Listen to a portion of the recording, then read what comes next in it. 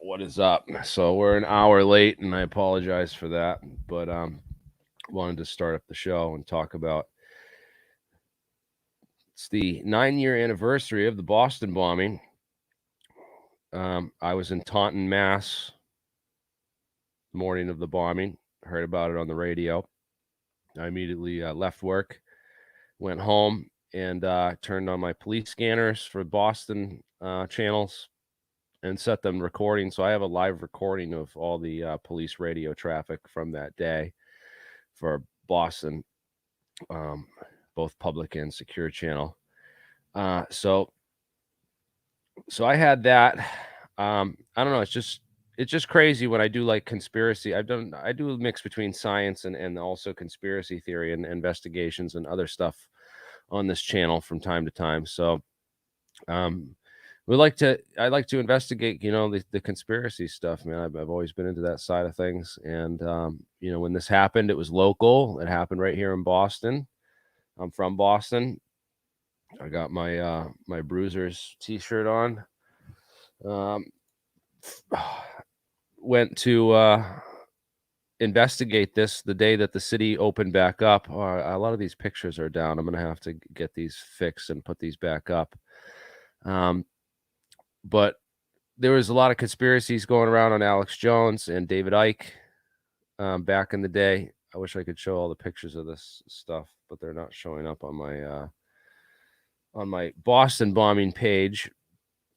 This is on my alienscientist.com. If you go to the debunk bin, you go to the Boston bombing, you can find some of this stuff.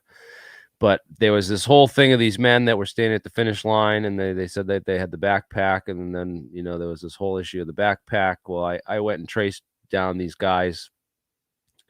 I traced back. I have a bunch of great videos that on here that are collections of security cam footage and also other stuff that was released and used as evidence in the official trial for the Boston Marathon bomber.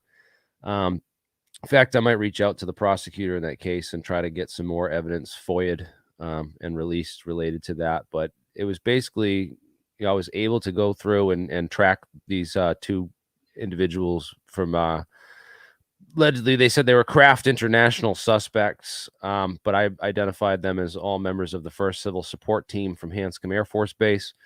I have pictures of that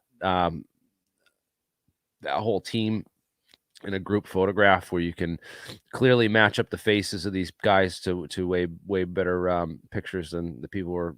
There was all this crap investigations that were done by these conspiracy theory websites. So I just wanted to confirm or and track down all the different conspiracies and all the theories out there, and I think I did a good job of doing that for most of them. It all started really with this guy Dan Bedondi in he's an InfoWars reporter from InfoWars hired a bunch of local reporters from all over the nation, and I had actually applied to that contest, but they seemed to think that Dan Bedondi was a better information warrior and reporter than me, and so they hired this guy. And he went to the Boston. He got a press. He had press credentials and went to the press conference in Boston and actually confronted these people in Boston and said it was a conspiracy and started a lot of these rumors about it being a conspiracy. He's also a Sandy Hook truther, and but this is the guy who really started a lot of this stuff, along with Alex Jones and then David Icke and a couple of these other conspiracy websites. Really spread a lot of the theories early on about the Boston bombing. The only thing I was able to not talk down is the whole issue of whether these guys were FBI informants or something beforehand. So this crisis actor stuff, we exposed a lot of that. They were saying that this guy was Nick Voigt, and I can't find. I wish the pictures were all there because it would make a lot more sense. But I'll get this up and operating soon. But this guy Jeff Bauman, And I actually invited Jeff onto the show tonight and sent him a link, but I doubt he'll show up to share his story. That's the guy that got his legs blown off and was in all the pictures. A lot of people were saying that he was a crisis actor and all this stuff, and that it wasn't real, and that he didn't really get his legs blown off. But we were able to track down him, talk to members of his family, and actually confirm that he was a real person and did sustain those injuries at the Boston Marathon finish line. And so a lot of this was crap, man, and it hurts the real conspiracies, and it hurts the other arguments, because when you cry wolf over everything and you cry conspiracy, that everything's a conspiracy, nobody believes you on the stuff that might have actually been a conspiracy, and it does deserve and warrant a real investigation. So this was very bad for a lot of these groups and a lot of these people, and it was like a turning point to where and people started to no longer take Alex Jones seriously, and that's when he started getting prosecuted and stuff for Sandy Hook and everything. But what else is going on?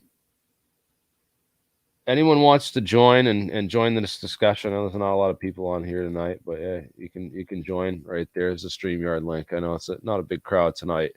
And when we talk conspiracy stuff in general, it does not get shared, and it gets shadow banned because the investigations that we do on this channel.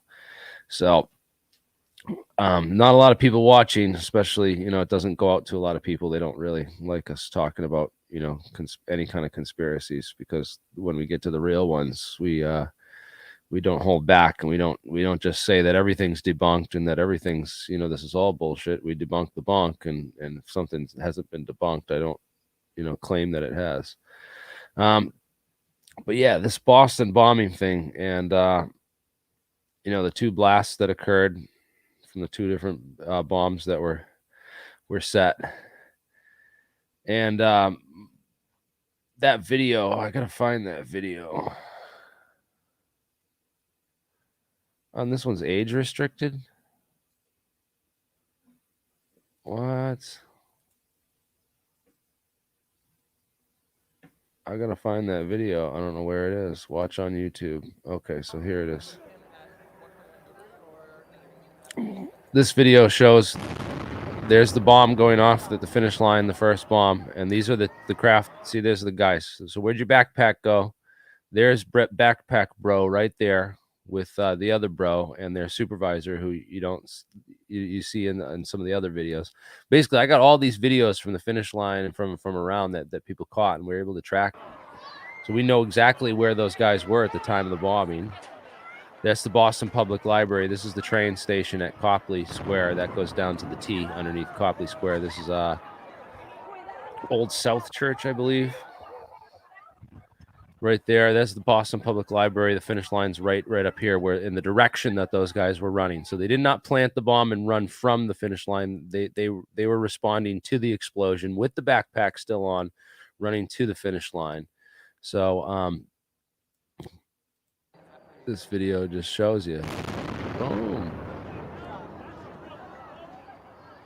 See, there they are, running to the finish line, in the direction of the finish line. That's Copley Square back there to the left, across from the Boston Public Library, if anyone knows. And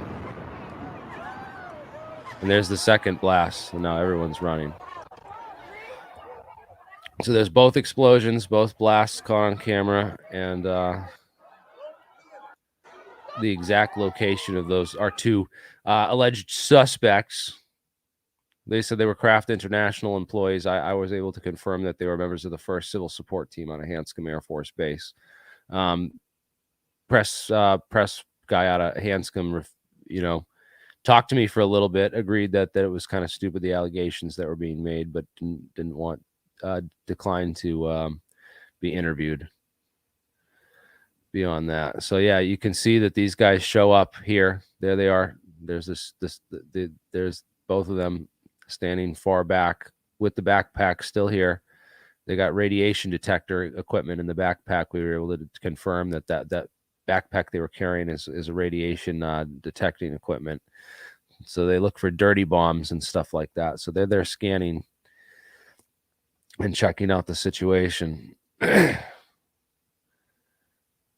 There's another emergency support vehicle for the city of Boston. I saw those guys there the next year, the following year at the marathon.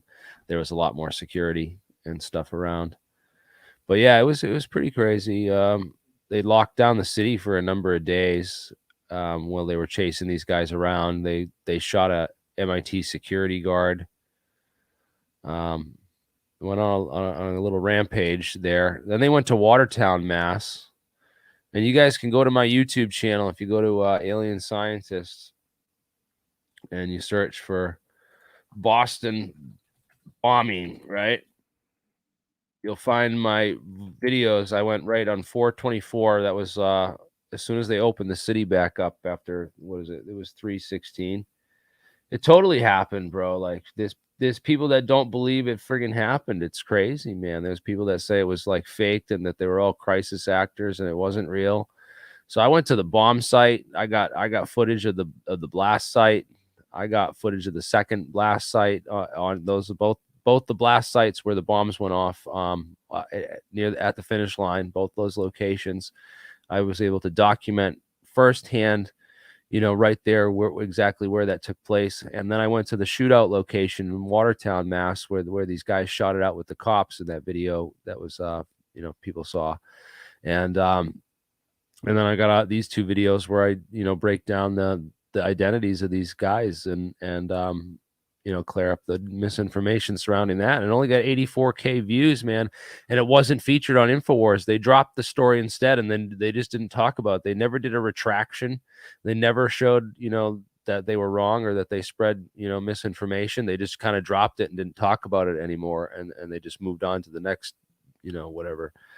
So yeah, this was Dexter and Laurel in Watertown, Mass. There's a blood stain in the road where they ran the older brother over with the police vehicle and dragged his body across the ground. I got the blood stains. I got right in the ground. There's where the pipe bomb. They had pipe bombs they were lighting off.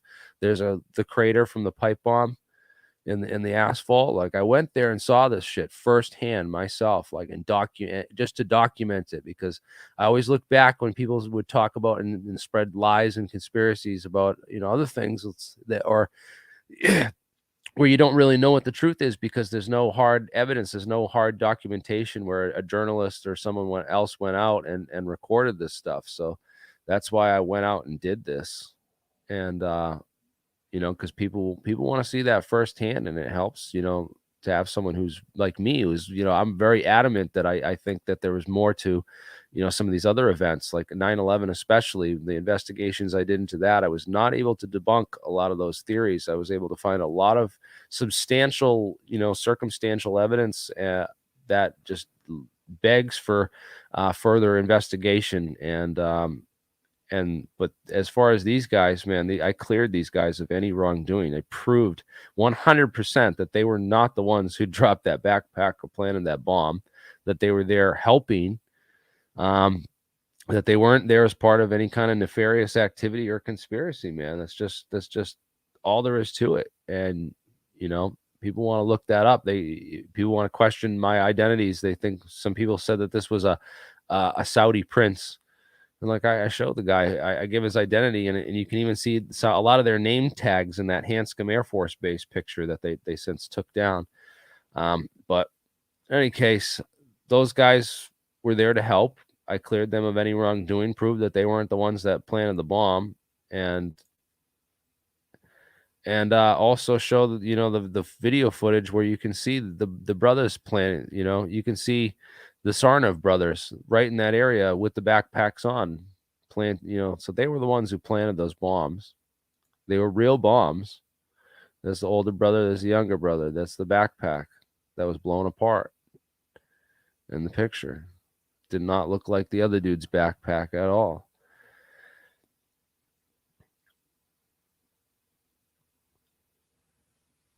I went to this I went and located where all those cameras were There's a video of me walking up down Boylston Street where I yeah, this shows you where the cameras are. So too. So there he is, man. He was right there with the backpack. Here they are standing right next to there was the little kid that died.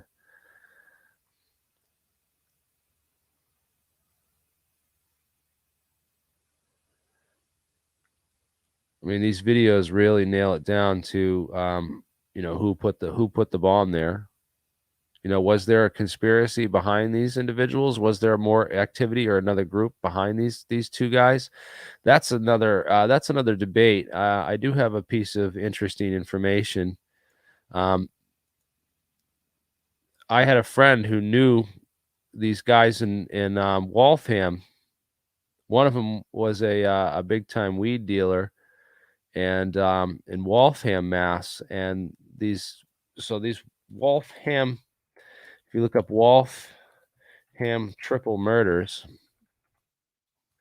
you'll find this 2011 Waltham triple murders. So about 2 years before the Boston bombing, there were these triple murders that went unsolved, where Brendan Mess, Eric Weissman, and Raphael Tekken were murdered at Brendan Mess's apartment, and there was $5,000 in cash, and basically a whole bunch of pounds of marijuana spread all over the floor.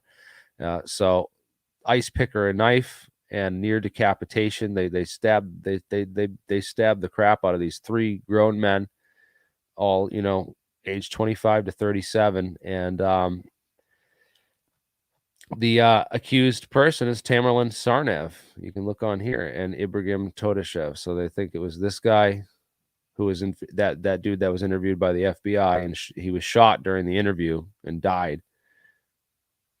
He shot dead by FBI agent Aaron McFarland during the police interview in 2013. So that created more conspiracy rumors after this guy got shot dead. But yeah, Tamerlan Sarnev is the alleged perpetrator of the crime, and it alleged that that his little brother Johar was buying marijuana off of one of these guys who was a drug dealer, and I guess they don't like that. It's forbidden in like strict Islamic law, and so like he killed the dudes and then spread the weed out and the money to as like a religious or it's an interesting case if you look into it, but that's what they believe, that the Sarnev brothers were at the crime scene, and that basically he brought his brother there and killed these guys to send a message to his brother that he because this was like the older guy, and he was really had some really radical crazy views. So yeah, authorities now believe they're not looking or they're not seeking suspects in this murder. They now think it was this guy that did it. So yeah, it's pretty interesting. I had someone who knew him personally was telling me some weird information about it, that like apparently he owed money, and he owed money to some other drug dealers too. Weissman did. He owed a bunch of money to some other drug dealers. So my friend originally thought that it was some gangsters from New York that had come up and hit him as a that killed them as a a debt murder. But yeah, the whole story is pretty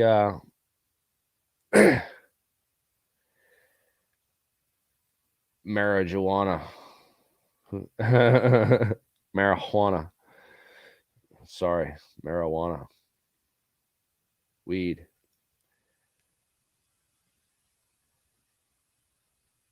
Yeah, no clue. Yeah, I'm not into UFOs. I'm more into the whole forensics and the whole the people stuff. I like linking up information like this.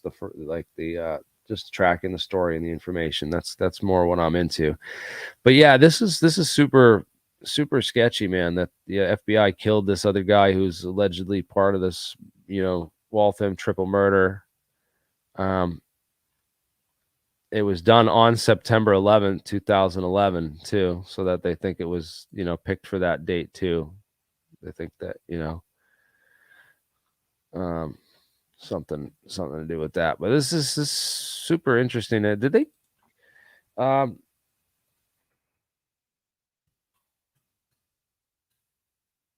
Is he dead?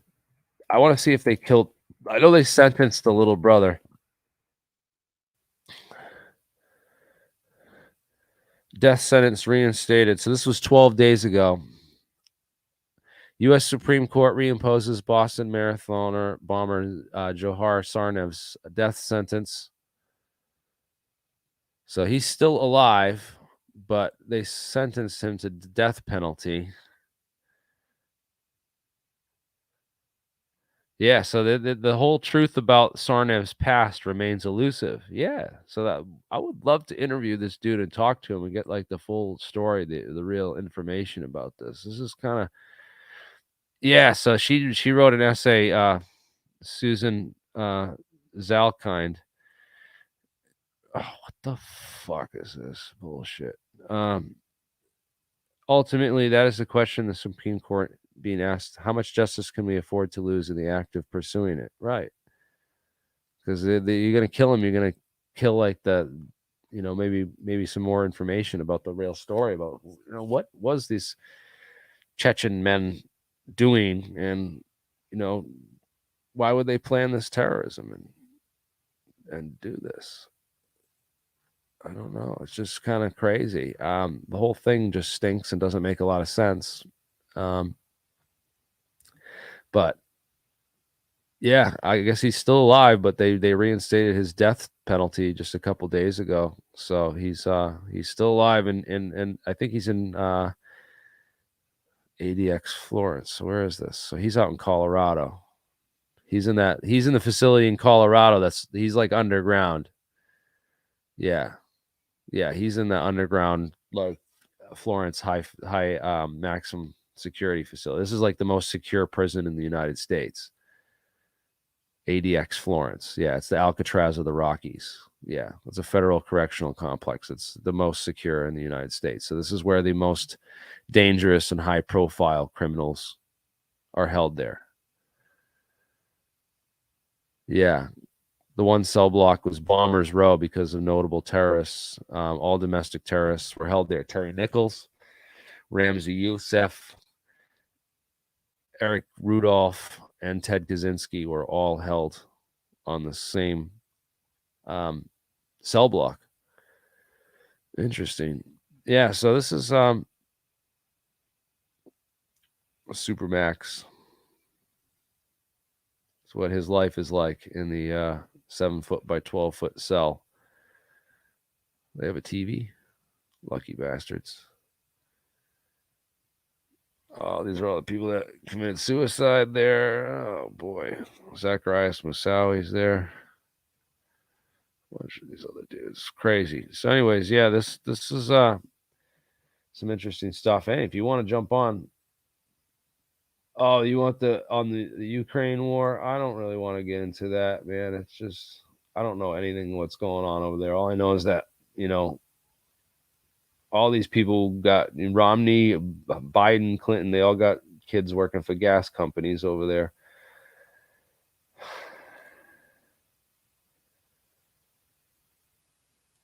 Man. Yeah, even the truth can't escape, man. You can't get an interview in there. You can't like talk to this dude. I would love to interview this guy and just hear what he has to say about, the whole story. Because the older brother's dead. Confirmed that he's dead. There was that picture, one picture going around of this guy that was arrested that kind of looked like him, the shirtless man in Watertown. We were never able to get that guy's real identity or find out who that was. So that's another unsolved mystery in the whole case.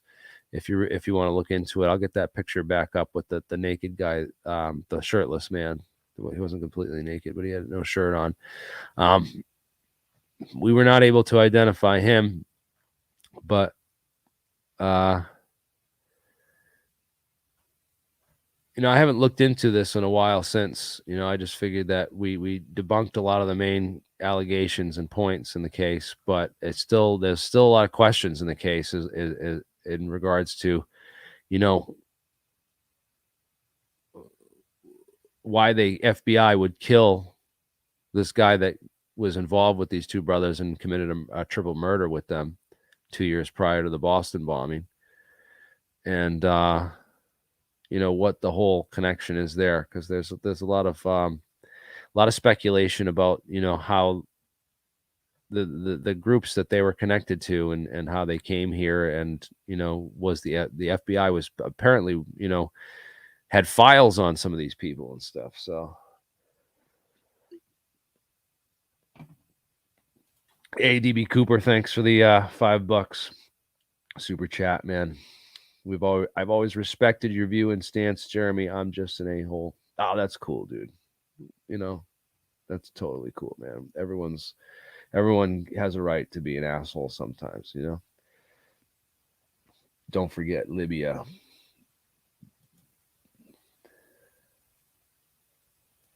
Oh, so that's a key thing. So lots going on in that world of so Richard Gage is and the whole architects for engineers. Those guys are on a mission to really, dig in. They've got a new structural engineer that, spoke out about this, and, more educated people, architects and engineers are like joining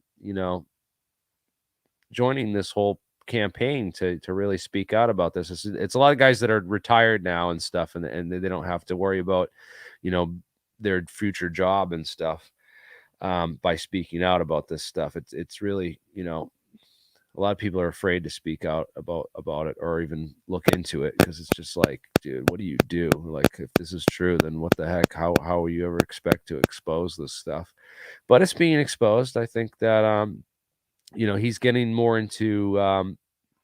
My name came up on a recent segment in a recent interview, actually, with Richard Gage, and they were talking about some of the stuff. It was an interview with Richard Gage and Richard Grove. Richard Grove is you probably won't even find this on here. Yeah, you're not going to find this. So,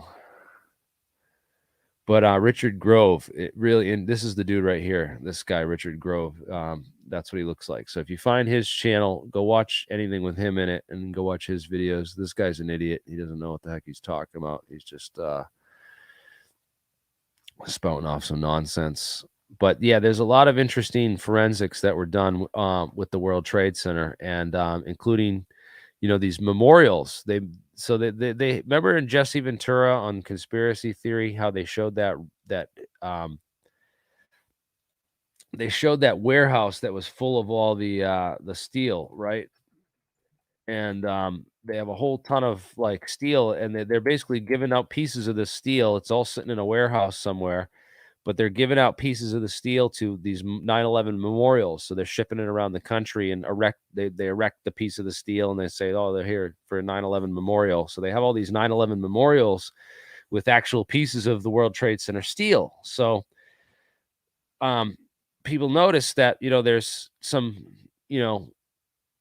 on the steel, there's microstructures, and they're able to analyze some of the metallurgy of the steel still, that's left over.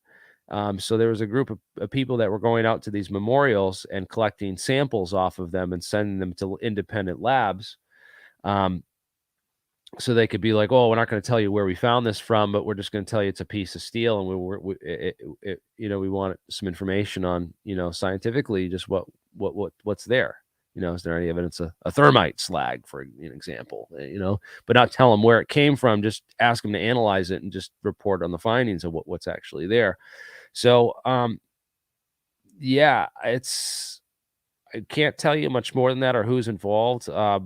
But it's that would be a major breakthrough in the forensic evidence if they were to, you were to go out into these World Trade Center steel sample pieces and test them, and that they were and find actual evidence to support that thermite hypothesis.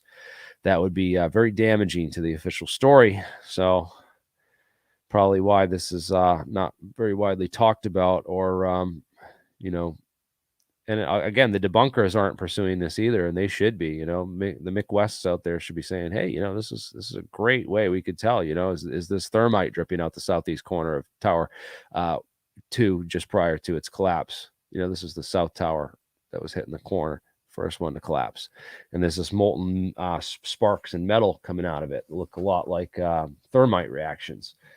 So yeah, I thought that was interesting. I didn't want to put too much of this out because they're just going to destroy that evidence or find a way to cover it up, or I'm sure that they already have really done a number on what the evidence that exists.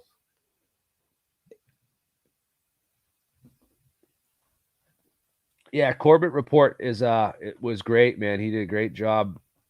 Oh, I didn't see this. Lord Ludacris, thank you for that $5 super chat. Where/who trained the marathon bombers? That's a good point. Yeah, great show. Keep up the good work. Thank you, Ludacris, man, Lord. Yeah, that's a really good question. I didn't really. I've not been trained. I say like I learned a lot of chemistry knowledge and explosives knowledge just through the internet and through reading books and downloading stuff. I have a whole folder full of stuff in my files on just that. A lot of it was research I was doing for explosives for 9/11 and stuff. But yeah, it seems like the bomb that they built was a pretty didn't require too much knowledge or training to construct, but those guys they did some other crazy stuff too, man. The way that they shot it out with the police and stuff. Yeah, it's definitely worth pursuing maybe some investigation into their background and who they had contact with and whatnot. Yeah, they built destroyers out of the steel. They melted it down and built a battleship with most of it. Yeah. The total reason that I believe NIST or the commission, yeah, the commission was just a total whitewash of the truth. They did not do a thorough job investigating the people that should have been investigated and really needed to be investigated. Namely the people closest to the proximity of the crime scenes itself. People that should have been investigated first, like the CEOs that missed work that day, or everyone talks about Larry Silverstein, but no one really talks about Maurice and Jeffrey Greenberg when it comes to that whole event. These guys had more to do with 9/11 than Silverstein, and more than a lot of people realize. Wall Street terrorism is real. That a lot of these Wall Street insiders, worked in those buildings, had offices or companies that operated out of that complex, and should have been the people that were the first ones investigated for financial crimes and also their connections to counterterrorism, terrorism, and profiting off terrorism. Like I'll know about Paul Bremer. Paul Bremer worked inside, Marshall McLennan, right on the main tower of the buildings. Quit his job. He came from this counterterrorism organization at Harvard, and then formed this division of Marsh Crisis and became the Iraq occupation governor, led the whole invasion of Iraq after 9/11. And nobody really talks about this shady mofo and why he didn't go to work that day and die in the towers, and why he went on MSNBC to give the whole entire world the first explanation of the official story. And he was the first person to point the finger at bin Laden on MSNBC that morning. You go watch the interview where he goes on Channel 4 News that morning and gives that interview. Really interesting stuff. So yeah, the NIST report was also very interesting when you look at the evidence overview. the steel sulfidation at the World Trade Center. None of that real forensic evidence was ever investigated or analyzed in the NIST report. They instead just did a building safety analysis to show that the building could have fallen from fire. And they had a bunch of defense contractor scientists from a company called SAIC do the investigation. Um, most of the scientists listed on the NIST report for 9/11 were actually SAIC scientists. And SAIC is an interesting company. Um, they have a lot of they were my first thought of who could have developed the nanothermite and built it and coordinated all that. Um, what's really super interesting about SAIC is that SAIC has now been bought out and it's now Leidos Corporation. So Leidos Corporation is now what SAIC is now SAIC. So SAIC. So a lot of the scientists that did that World Trade Center analysis now work for Leidos, and the vice president of Leidos Corporation right now is a guy named Barry W. McDaniel, who was actually this corporate operating officer of Securicom Stratesec that ran security in the World Trade Centers on 9/11. So the vice president of this company, SAIC Leidos, now is the guy 20 years ago who was working in the World Trade Center as and he came from a background in um art munitions. So he came from a background in munitions distribution and that kind of stuff. So Barry now vice president of Leidos Corporation, or SAIC, the scientific contractors that probably assisted in this stuff. I thought that's super interesting. That was a super interesting connection. This Barry McDaniel guy who worked for Securicom Stratesec, and then he's the vice president of this company now. This guy right here, interesting dude. But yeah, he worked in the towers.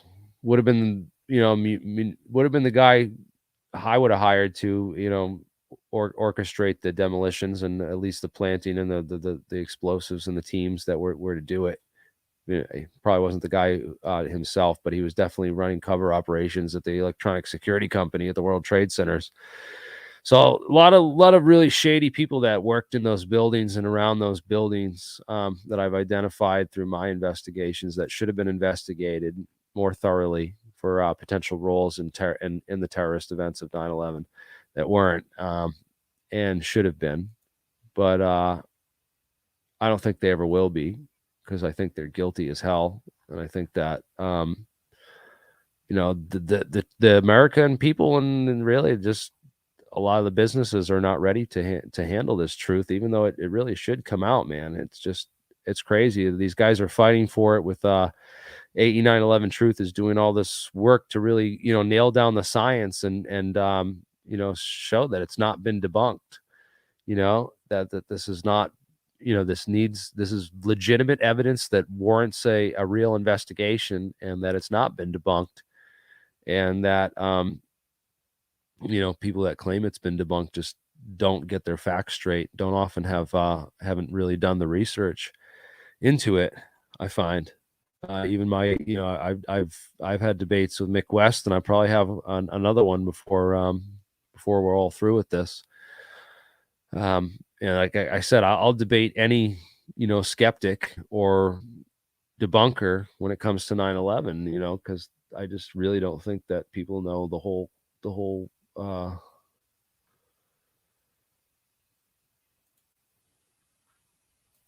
the concrete to dust is the biggest mystery to me. Well, that's in the Battelle patents for these nanothermite charges that they can turn concrete to dust with high efficiency. So, again, I don't know that this is what the fineness of the particulate of the dust. This is a 1 acre square footage for the building. Each floor is like a whole acre. These buildings were massive. So we have, analyses that were done on the dust and they show some pretty interesting things. Although, there's this whole weird theory that came out too. So we're starting to get real forensics, real science, and stuff like that. And then just as people were starting to get a good conversation going within academia, this sort of disinformation group came by with led by this crazy brain damaged woman named Dr. Judy Wood.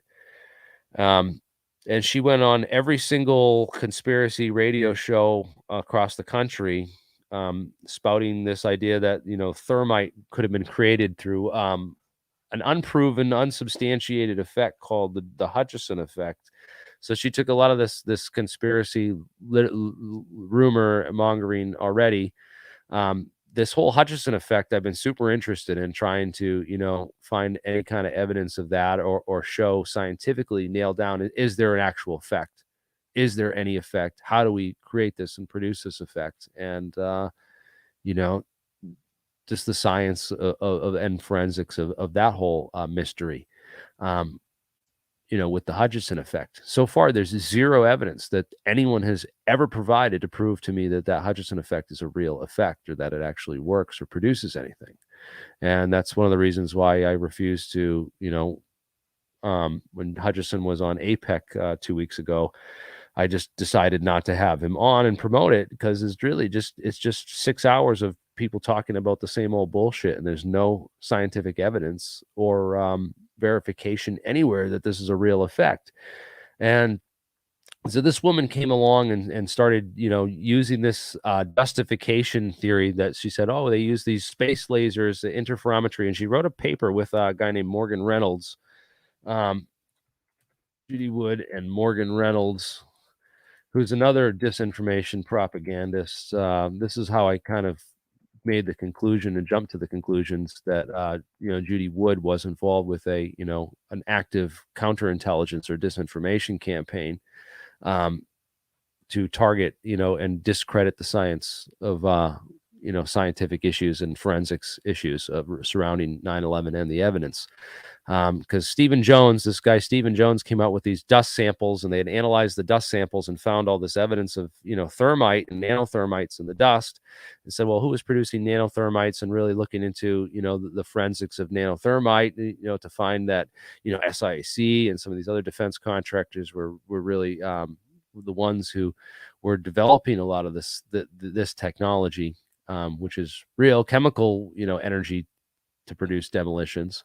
And Judy Wood comes along and says, no, it's free energy that came from a Hurricane Aaron, off the coast, that somehow they tapped the hurricane, killed the hurricane, but took all the energy and used that energy to vaporize the World Trade Center, using this unproven interferometry effect called the Hutchison effect, which she has zero papers or literature on to prove that it's even a real effect.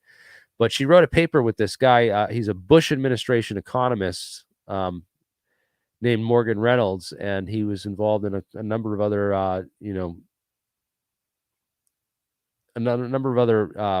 disinformation campaigns to really discredit people that were speaking out about 9/11 at the time.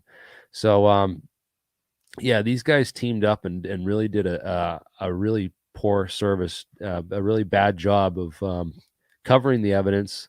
They explained that, oh, if you take the aluminum siding and the steel that was rusted, and you pulverize it, you vaporize it with the space laser, then you'll get stuff that looks like nanothermite, and that's what everyone was seeing. And they actually managed to convince a bunch of idiots out there that and I had people attacking me, saying that I was spreading disinformation by forwarding these thermite theories and not looking more seriously into the excellent prolific research of Judy Wood and her free energy theory. And had I read her book, Where Did the Towers Go? Have I read her book? That was the biggest thing about the have you read her book? Can you explain what happened with the concrete and all this other stuff? And yes, I went and did a whole thing on my 9/11 page where I answered every single point that's ever been raised or made by Judy Wood, and and cited evidence and counter evidence for every single one of the points that she raises in her book. And it did no help. It didn't seem to really stem the tide with these people, which I feel like we're part of an active, these a pseudo gang or a counterintelligence gang. Um, I really felt like these people were sitting in some office at CENTCOM, and were hired by the military to really take down and destroy these theories, or derail them and derail people's legitimate investigations and replace them with just complete and utter bullshit and nonsense, which really seemed like the whole point. And when this woman got on Coast to Coast AM in 2011, right in May of 2011, she was on Coast to Coast AM, and that's the most revealing interview ever. Um, she just lies her ass off through the entire thing, and no one challenges her, and they never brought anyone on. They screened all the calls I tried to get through, and they screen all the calls, and they won't let people through that have legitimate information or questions about this kind of stuff, and they instead promote this bullshit pseudo forensic investigation that leads absolutely nowhere, and tells people to, instead of looking into the suspects that worked in those buildings and operated out of those buildings daily and were involved in all sorts of other tied, organized crime, drug dealing, BCCI, the Bank of Credit and Commerce International scandal of the 80s that, Rudy Giuliani was semi involved in, and then some of these other guys were tied to, who worked in those buildings. Covert CIA activity and all this other nonsense that you find. No, that's not what she talks about. She gets you to look at Hurricane Erin 300 feet offshore, and the possibility of advanced, directed energy weapons, SDI technology, the Star Wars program, that are orbiting.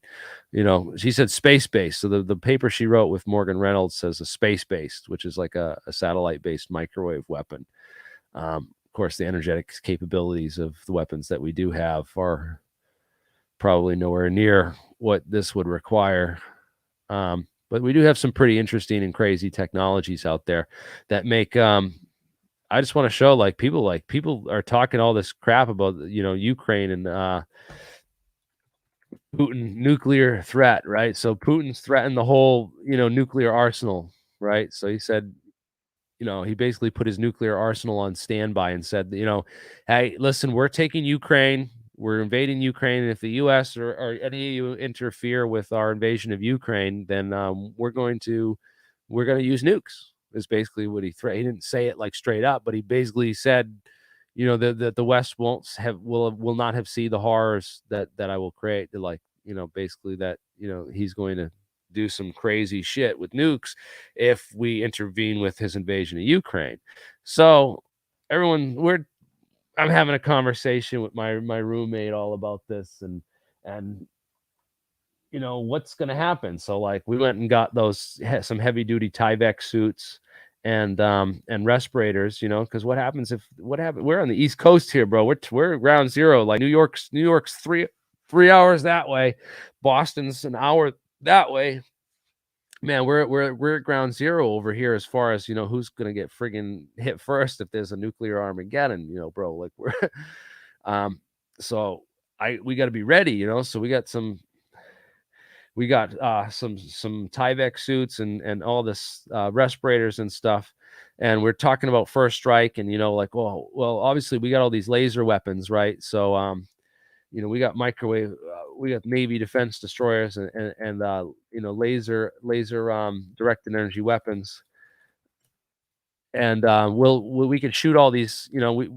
This is from stuff that we developed in the 80s under the SDI Star Wars program. So we can shoot a lot of these missiles out of the air with our Navy before these things even get close. We can blast these things right out of the sky.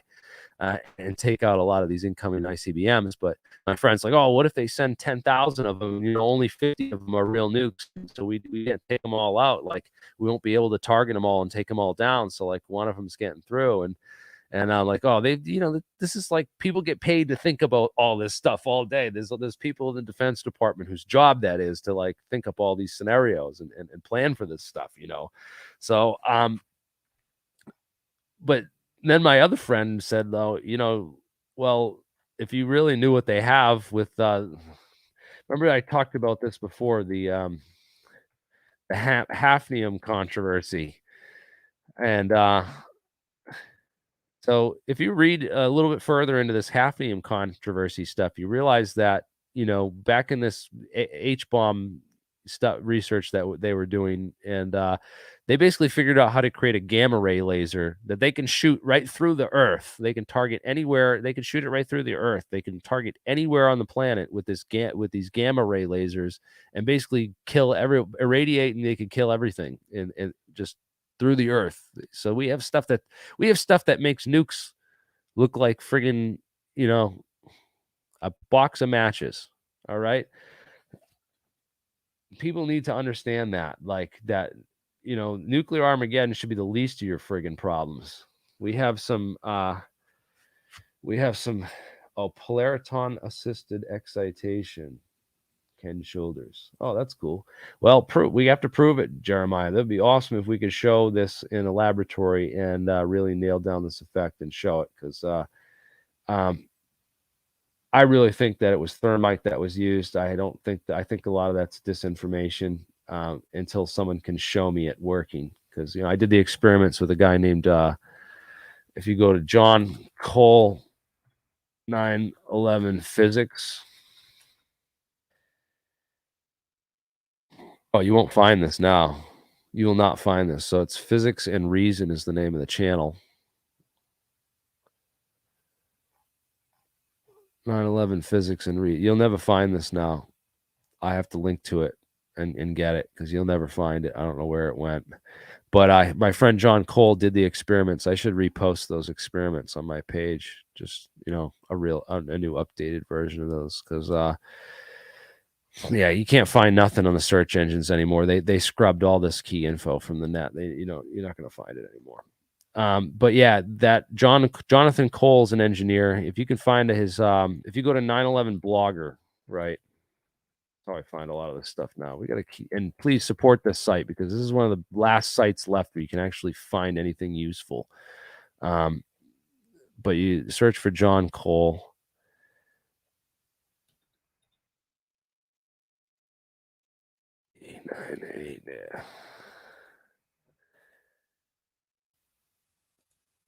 Yeah, if you search for John Cole on there, you'll find his articles and some of his stuff. So let's get through this captcha.